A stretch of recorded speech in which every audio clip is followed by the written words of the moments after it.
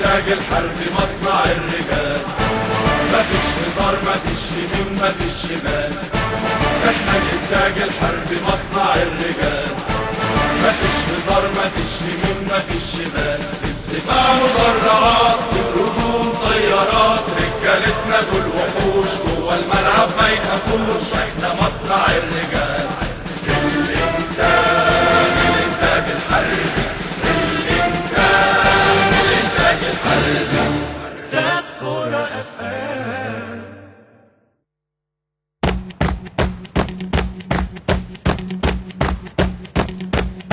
فرقتنا رمز الالتزام، في الدفاع تأمين تمام، هجومنا خطة اقتحام، الداخلية تعظيم سلام.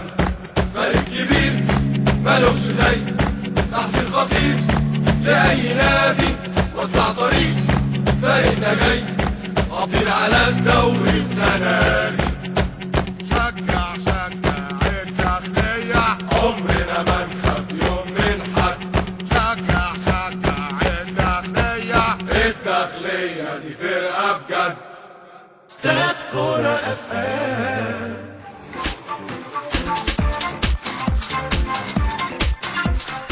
تعادل ايجابي 1-1 وادي دجله والداخليه في الاسبوع الخامس من بطوله الدوري. سريعا قبل ما نبدا كلامنا على مباراه الانتاج الحربي والداخليه، كابتن سامي رايك ايه في اللي حصل في الشوط الثاني في الماتش؟ الوادي دجله يستاهل وطلائع الجيش يستاهل بصراحه. لا يستاهل التعادل، لان انا ما شفتش كميه فرص بتضيع في المباراه بالشكل ده.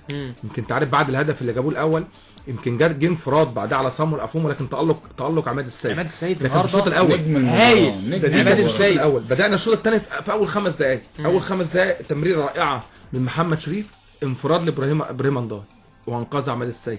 كرة برضو عرضيه من مصطفى طلعت من ناحيه اليمين في ال6 ياردات، صامويل افوم بالراس وتالق عماد السيد. لما تيجي تتكلم برضو عرفات الانفراد اللي جات ابراهيم انداي خد كرة من ناحيه الشمال دخلت 18 سددها رائعه في المقص اللي هناك بجوار القائم. بعدها على طول انفراد لحسام عرفات وتالق عماد السيد. كل ده احنا بنتكلم حوالي 4 انفرادات، 3 انفرادات بالنسبه للاعيبه وادي دجله، وضربه راس في 6 ياردات برضو من صامويل افوم. يعني انت بتتكلم على اربع فرص اكيده ما فيهاش شك، وتالق عماد السيد. فالنهارده لازم نقول عماد السيد نجم اللقاء بالظبط، واللي ضيع زي ما احنا اتكلمنا ما يزعلش. خلاص انت خلاص متعاقب بقى. يمكن كمان قبل الهدف ما يجي اللي هو ضربه الجزاء، اللي هو الضربه الثابته بتاع ابو تريكه اللي جت في باطن بس الفهم يا جماعه. ابو تريكه ده اللي هو محمد جمال تريكه الصغير، مسمينه ابو تريكه. ابو تريكه الصغير.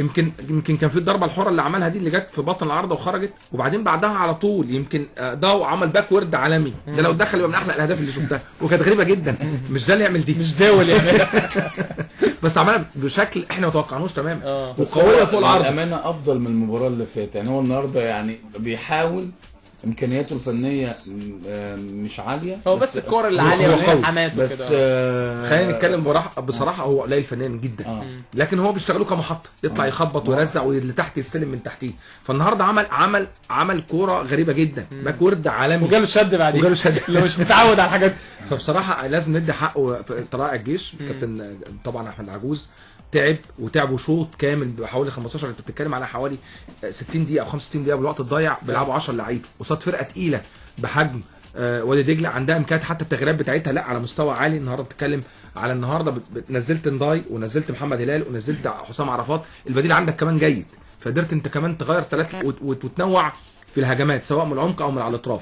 النهارده طلائع الجيش احنا قلنا امكانياتها بصراحه محدوده بالنسبه للتقل والهجوم، لكن قدروا النهارده 4 ماتشات بلا هزيمه بتحسب لهم، فوزوا 2 تعادل، ولسه ليهم مباراه مؤجله مع نادي الزمالك. فلازم نحيي المسؤولين وجهاز طلائع الجيش، ولازم بالاخص احيي عماد السيد. حارس طلائع حاجه في المباراه. انا هنا انتقدنا الكابتن حسام حسن وابراهيم حسن لما كان في مشكله. قالوا الكابتن احمد سامي انا مختلف معاه 100%. الصوره اكتر من لعبه في بدايه المباراه، الماتش كان هيبوظ. اعتراض على اي كوره، نقلت للعيب بتاعك جوه الملعب المفروض اللي هو عنده خبره اتطرد.